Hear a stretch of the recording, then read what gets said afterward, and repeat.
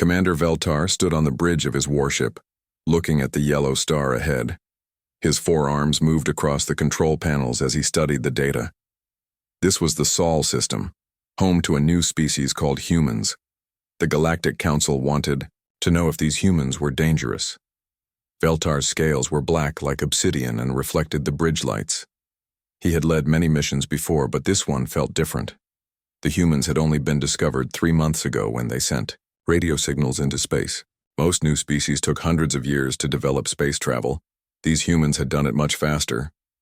"Commander," said Lieutenant Kixna, her insect-like eyes focusing on him, "we are receiving more human transmissions."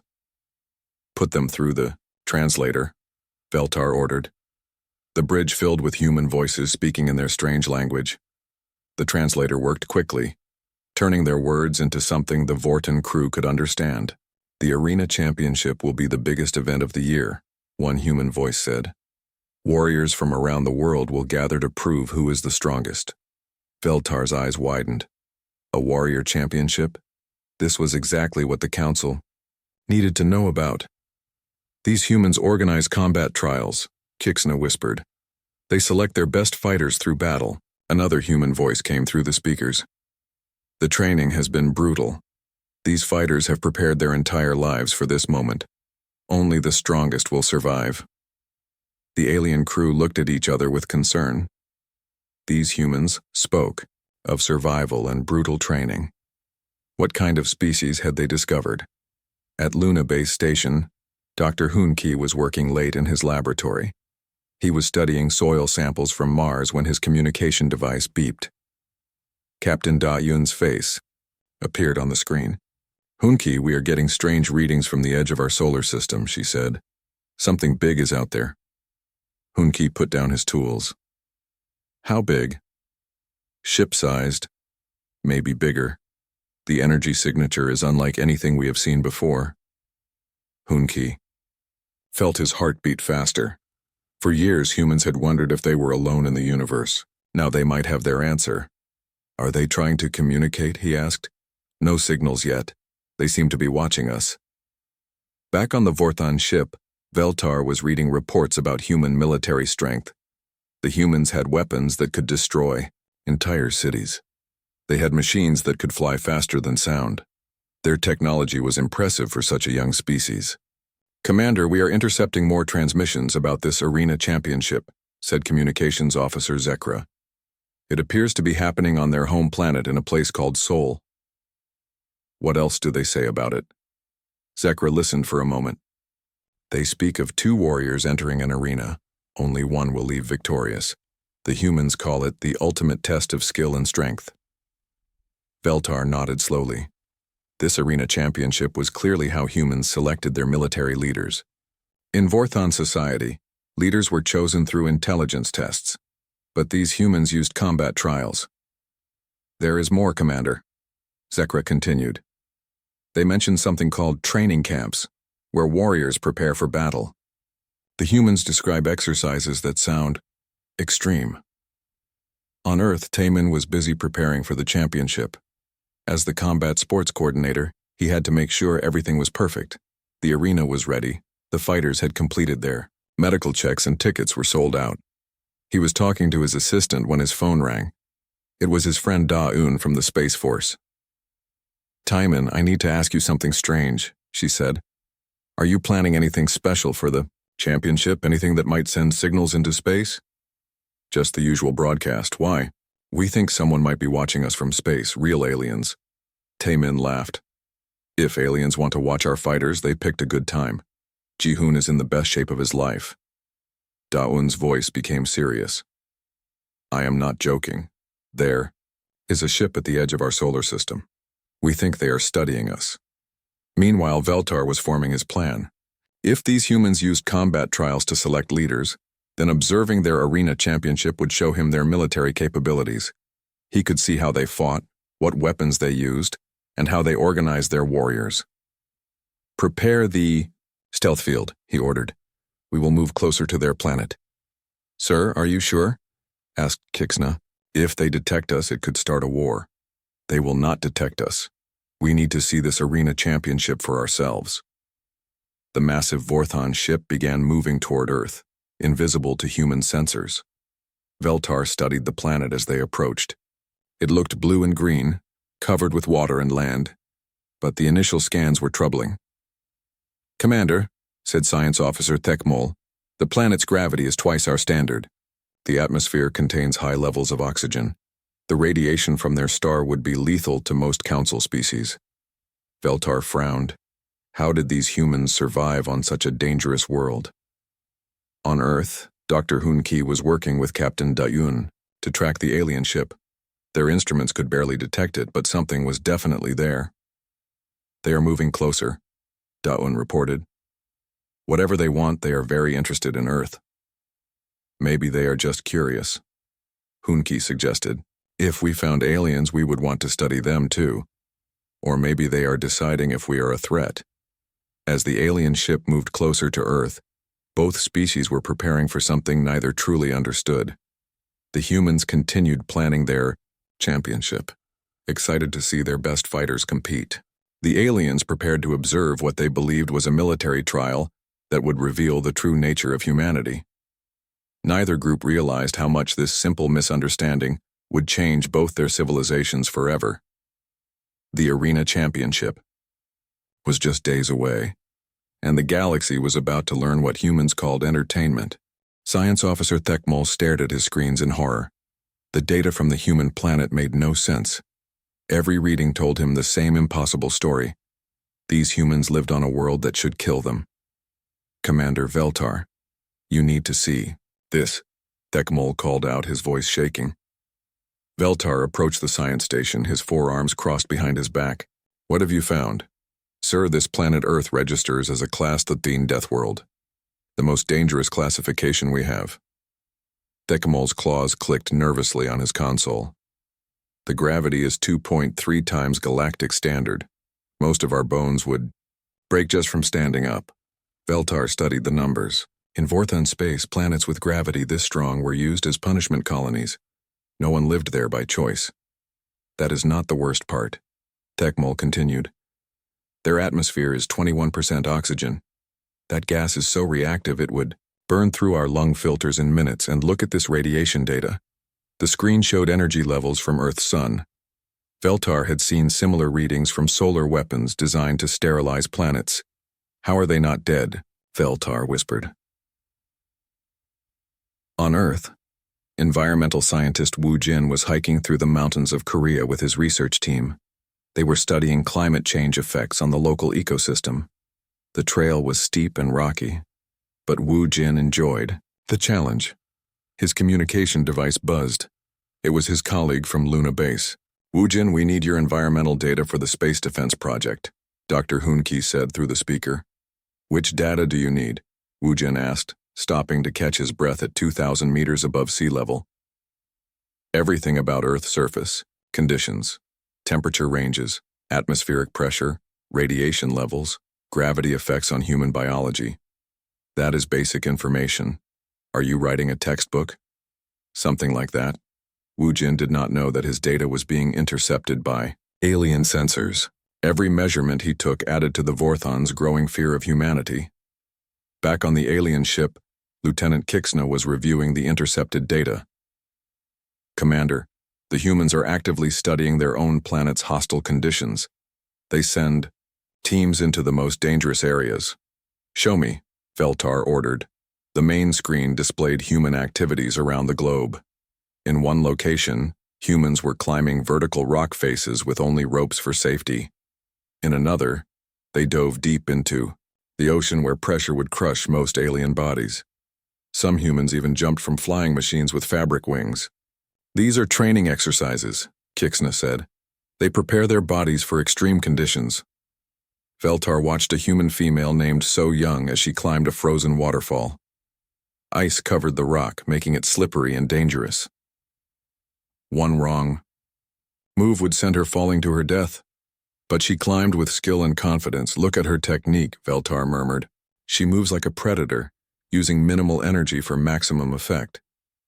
In the alien database, So Young was classified as a recreational athlete. But to the Vorthons, she looked like a soldier training for mountain warfare. The aliens watched more human activities with growing amazement and fear. Humans ran long distances for fun, lifting heavy objects to make their muscles stronger, and competed in events that would injure most galactic species. Dr. Hyunwoo was giving a lecture at Seoul National University about human military history. He did not know alien sensors were recording every word.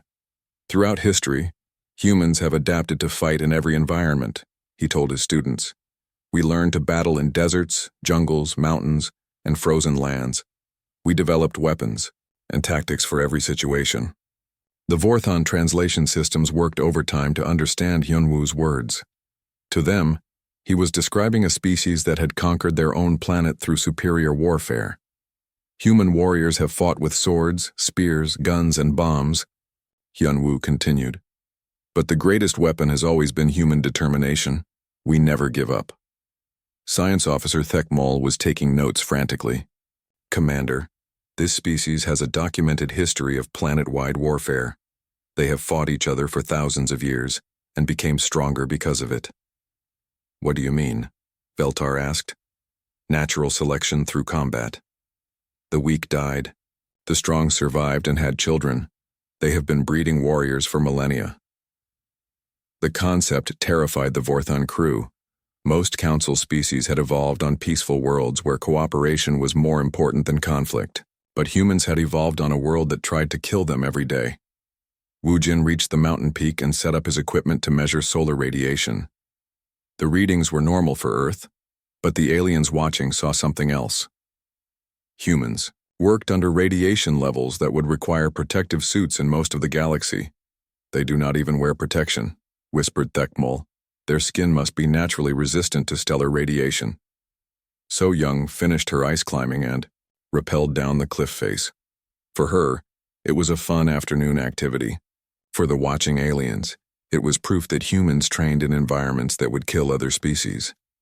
The Vorthon ship's computers began calculating human military potential. If humans could survive on a class with or a death world, how dangerous. Would they be on normal planets? Their strength would be superhuman. Their endurance would be unlimited. Their tolerance for injury would be incredible. Commander, said Communications Officer Zekra, we are receiving more transmissions about the Arena Championship. The humans are discussing something called weight classes and fighting styles. Explain. They separate their warriors by body mass for fair combat. They have developed multiple forms of unarmed fighting techniques. Veltar processed this information. The humans had systematized combat to such a degree that they organized their fighters by size and specialized techniques. This suggested a highly advanced warrior culture. The aliens continued monitoring human activities around the globe. They saw construction workers carrying materials that would require mechanical assistance on other worlds. They observed athletes performing feats of strength and speed that seemed impossible. They recorded children playing games that involved running, jumping, and competing against each other. Even their young train for combat, noted Chixna. Their entire society is built around physical competition. What the aliens did not understand was that humans were simply living normal lives on the only planet they had ever known. The activities that terrified alien observers were just daily routines for people adapted to Earth's conditions. Dr. Hoon Ki was analyzing atmospheric data when he noticed something strange in the readings. There were slight distortions in the upper atmosphere, as if something large was moving through space near Earth. Captain Da Yun, he called. I think our alien visitors are getting closer. How close? Close enough to take detailed scans of our planet. Neither human realized that their world was being classified as one of the most dangerous places in the known galaxy. The aliens watching them had reached a conclusion that would change first contact forever. Humans were not just another species. They were apex predators shaped by a world that bred only the strongest survivors. The Arena Championship was tomorrow, and the Vorthons prepared to witness what they believed would be the ultimate demonstration of human military capability. The Vorthon fleet moved into position above Earth, their stealth technology hiding them from human sensors. Commander Veltar stood ready to witness what his crew believed would be humanity's most important military trial. All scanning equipment is active, reported Science Officer Thekmol. We will record everything for the Council. Below them, the city of Seoul buzzed with excitement. The arena championship was about to begin, and 60,000 humans had gathered to watch. Fighter Ji-hoon was in his preparation room, stretching and focusing his mind. Ji-hoon had trained for this moment his entire life. At 28 years old, he was the top fighter in his weight class. His opponent tonight was Sung-ho, a veteran with 15 years of experience. Ji-hoon knew this would be the hardest fight of his career. "Remember what we practiced," said his coach Miran as she wrapped his hands. "Stay calm, watch for his left hook, and look for opportunities to take him down." Miran had been training fighters for 20 years. She had seen hundreds of matches, but tonight felt special. Ji-hoon had the skill to become a champion. In the alien ship above, Lieutenant Kixna was analyzing the arena structure. "Commander, the humans have built a specialized combat facility. The fighting area is enclosed by barriers to prevent escape. Like a gladiator pit," Veltar murmured. "They force their warriors to fight until one cannot continue." The arena was actually designed for safety, with padded floors and barriers to protect the audience. But to alien eyes, it looked like a cage designed for mortal combat. "Announcer." Jae-sung's voice echoed through the arena as the crowd settled into their seats. "Ladies and gentlemen, welcome to the Championship of Champions. Tonight, 2 warriors will enter the arena, but only one will leave as the ultimate fighter." There are aliens' translation systems picked up every word. To them, Jae-sung had just confirmed that this was a fight to the death. "Did you hear that?"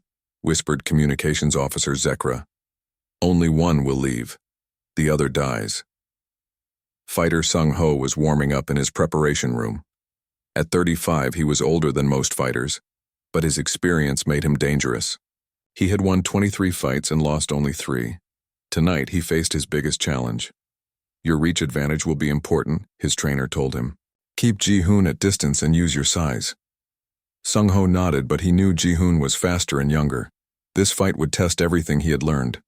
Dr. Yoon-ji, the sports medicine physician, was checking both fighters before the match. She measured their heart rates, checked their reflexes, and made sure they were healthy enough to compete. "Both fighters are in excellent condition," she reported to the officials. "No signs of injury or illness." The aliens monitoring these communications were confused. Why would humans check the health of warriors about to die in combat? It made no sense to them. "Perhaps they want to ensure a fair fight," suggested Thekamol. "Equal health means the stronger warrior will win." Ji-hoon walked toward the arena, his heart pounding with excitement and nerves. The crowd's energy was incredible. People were cheering, holding signs, and chanting his name. He had dreamed of this moment since he was a child watching fights on television. Above them, Veltar watched the human crowd with growing horror. Thousands of humans were celebrating what the aliens believed was about to be an execution. Children sat next to their parents, excited to watch warriors fight to the death. "Commander," said Kixana, her voice barely a whisper. "Look at their faces. They are happy about this." The human crowd was indeed happy, but not for the reasons the aliens thought. They were excited to see 2 skilled athletes compete in a sport they loved. For them, this was entertainment at its finest. Sung-ho entered the arena from the other side. The crowd cheered for him too, showing respect for both fighters. In human culture, both competitors were heroes regardless of who won. But the aliens saw something different. They saw a species that celebrated violence, that brought their families to watch ritualized murder, that treated death as entertainment. Referee Kyung-soo stood in the center of the arena. His job was to ensure fair play and stop the fight if either competitor was seriously hurt. He had officiated hundreds of matches and was known for his quick reflexes and good judgment. "Fighters, touch gloves and return to your corners," Kyung-soo instructed. Ji-hoon and Sung-ho met in the center, touched their gloved fists together in a sign of respect, then returned to opposite sides of the arena.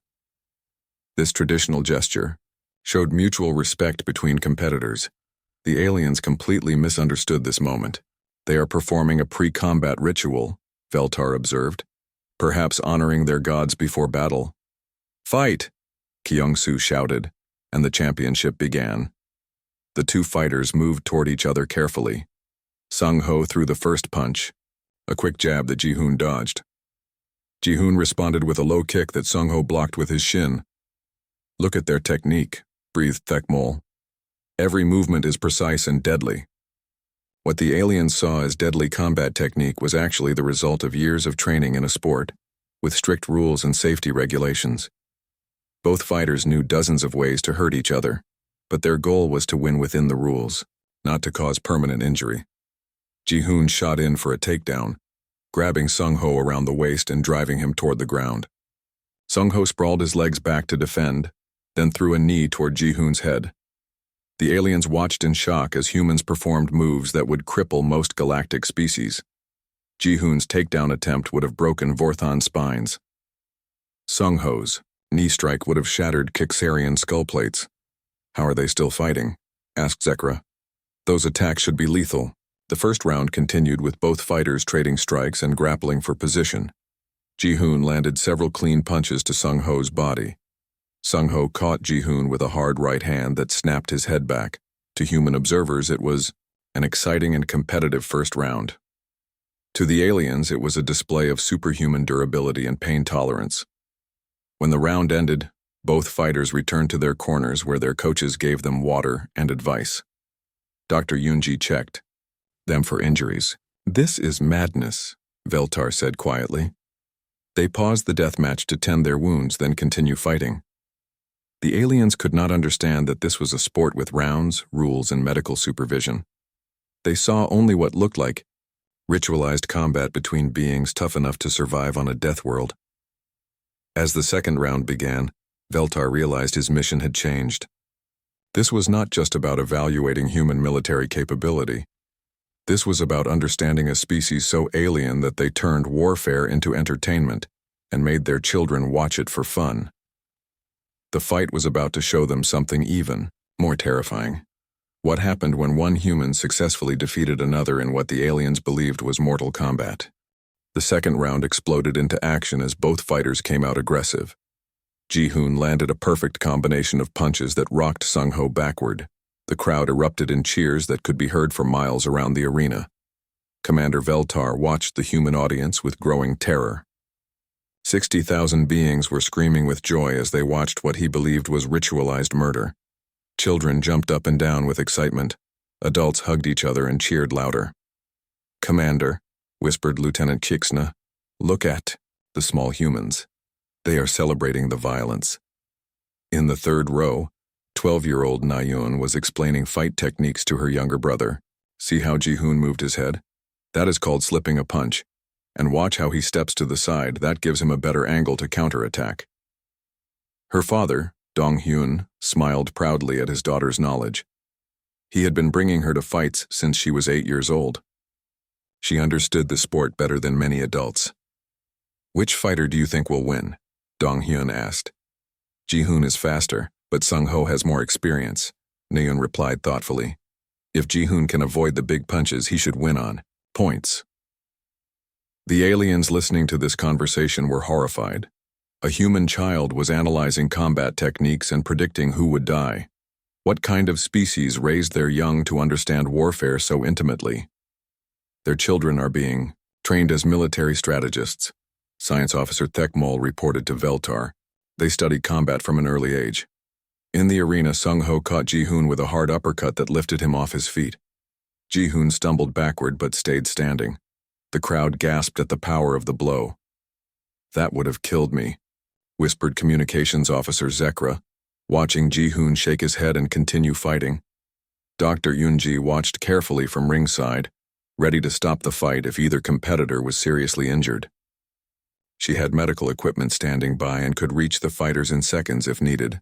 The aliens saw her differently.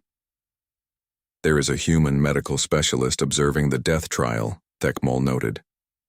"Perhaps to determine the exact moment of death." The third round began with both fighters showing signs of fatigue. Their faces were marked with small cuts and bruises, but both continued to fight with skill and determination. Ji-hoon shot in for another takedown, and this time succeeded in bringing Sung-ho to the ground.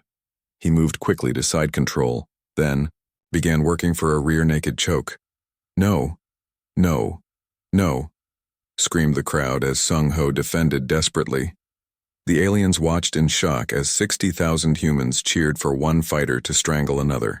In Vorthon culture, strangulation was considered one of the most brutal forms of execution. "They want to watch him die slowly," Veltar said, his voice filled with disgust and fear. Ji-hoon locked in the chokehold, his arm wrapped around Sung-Ho's neck, cutting off blood flow to his brain. Sung-Ho's face began to turn red as he struggled to escape. "He's got it!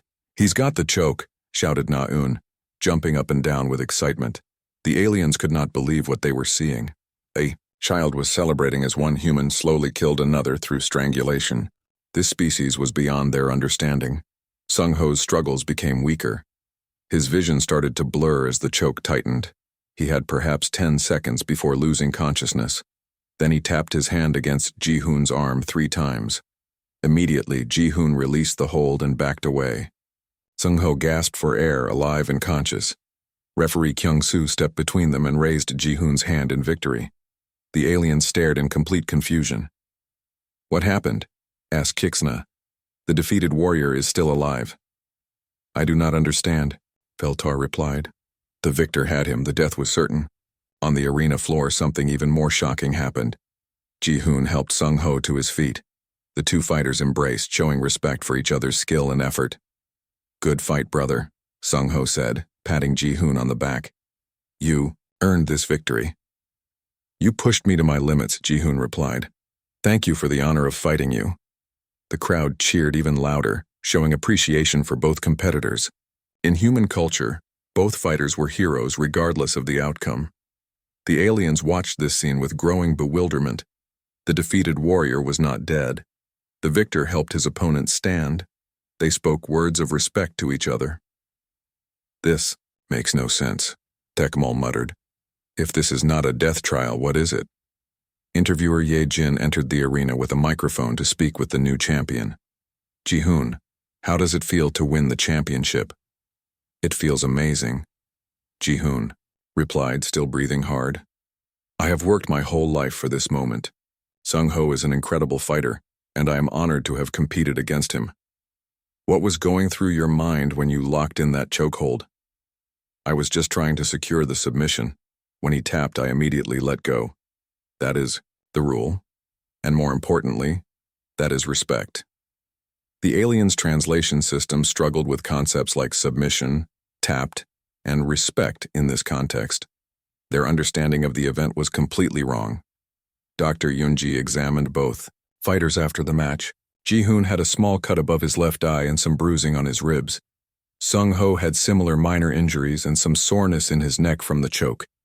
"Both fighters are in good condition," she announced. "No serious injuries." Veltar's worldview was crumbling.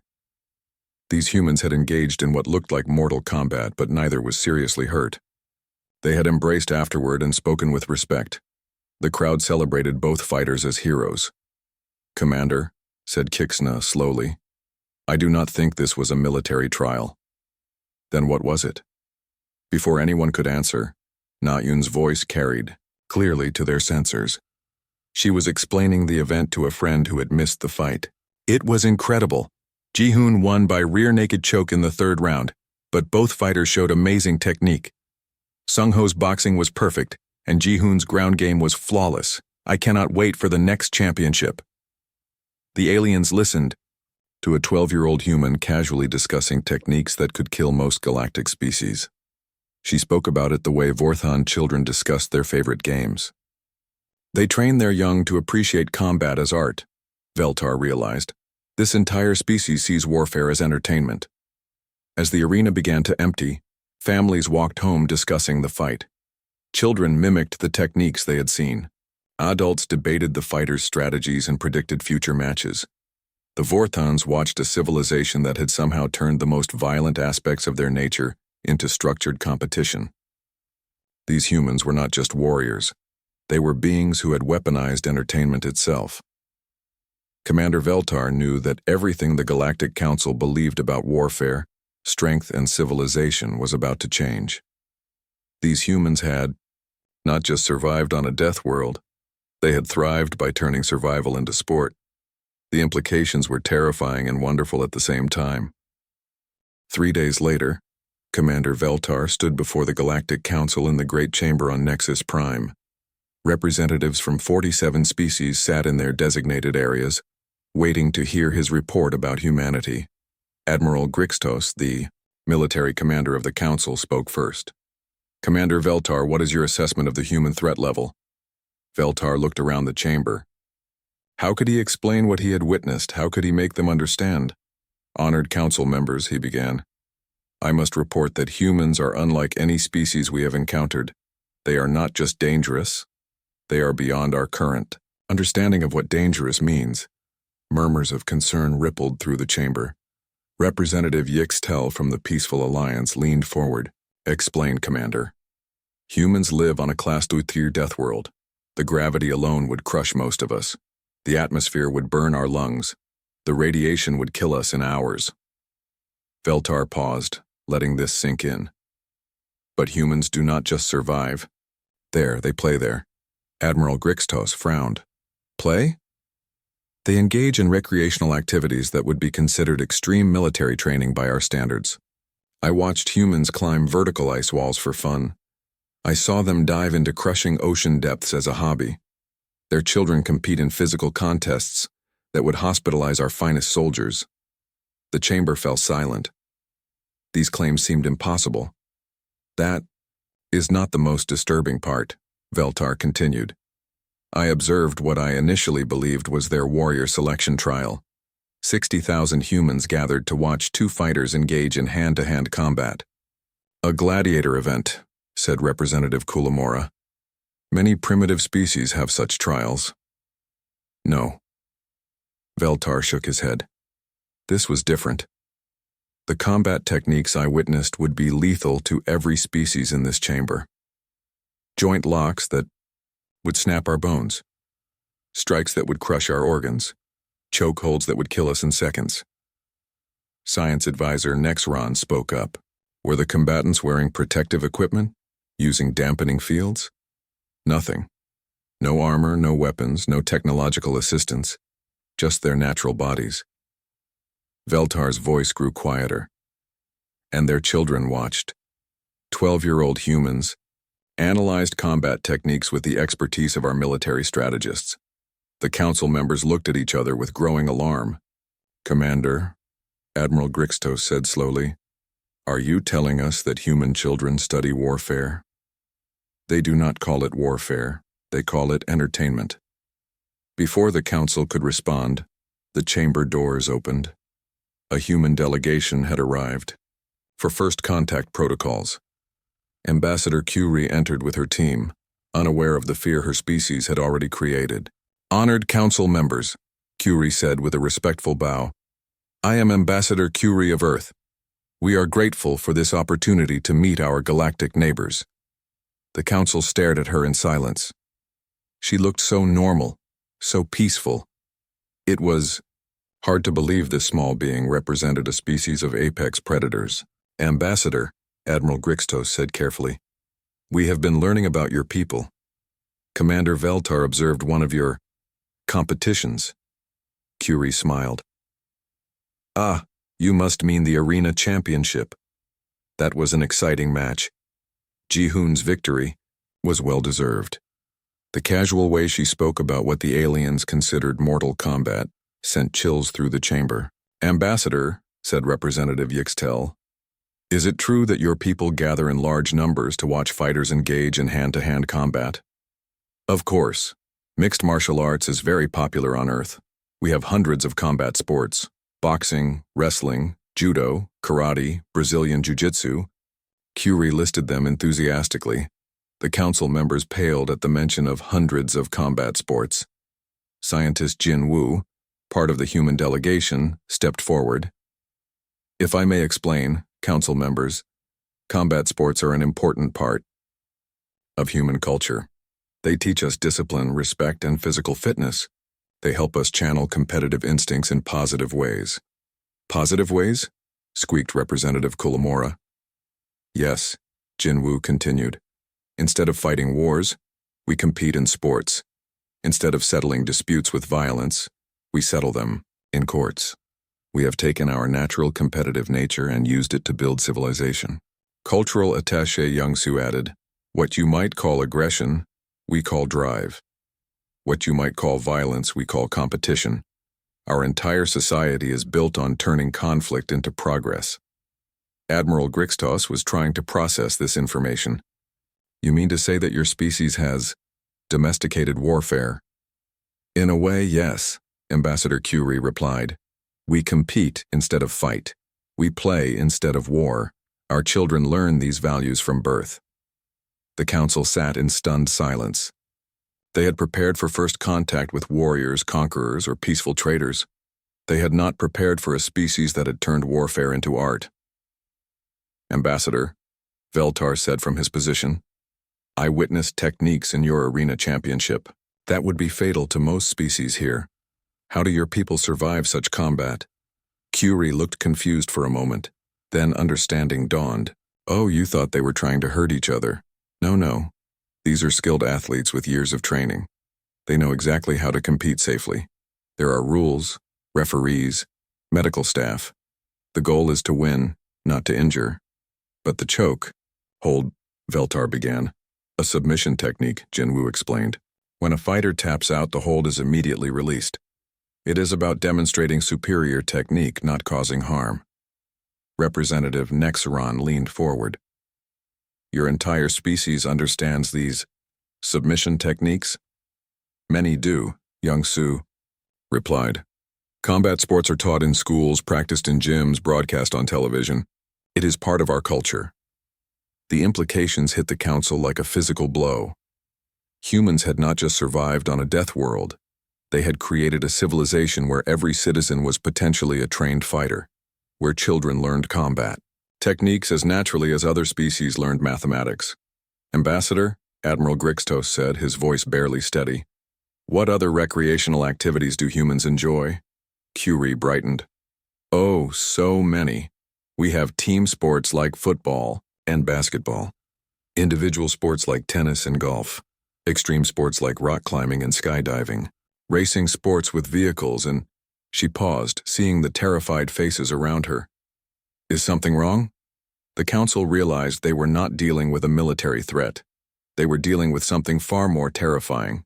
A species so naturally powerful that their leisure activities could serve as military training for the rest of the galaxy. No, Ambassador, Admiral Grixtos said finally. Nothing is wrong. We are simply impressed by human culture. Over the next hour, the humans described their world with innocent enthusiasm. They spoke of mountain climbing, deep-sea exploration, motor racing, and dozens of other activities that the council classified as extreme survival training. When the formal session ended, the council voted unanimously to classify humanity as a protected apex species, too dangerous to threaten, too valuable as allies to ignore. Later that day, as the human delegation toured the station, Representative Yixtel asked Admiral Grixtos a question that would reshape galactic military doctrine. Admiral, if their recreational activities are this advanced, what must their actual military training be like? No one wanted to find out. Within a year, every major species in the galaxy had established exchange programs with Earth. Not for trade or technology, but to study human game theory, the art of turning competition into civilization. And on Earth, children continued playing tag in schoolyards, completely unaware that they had accidentally conquered the galaxy through the simple act of having fun.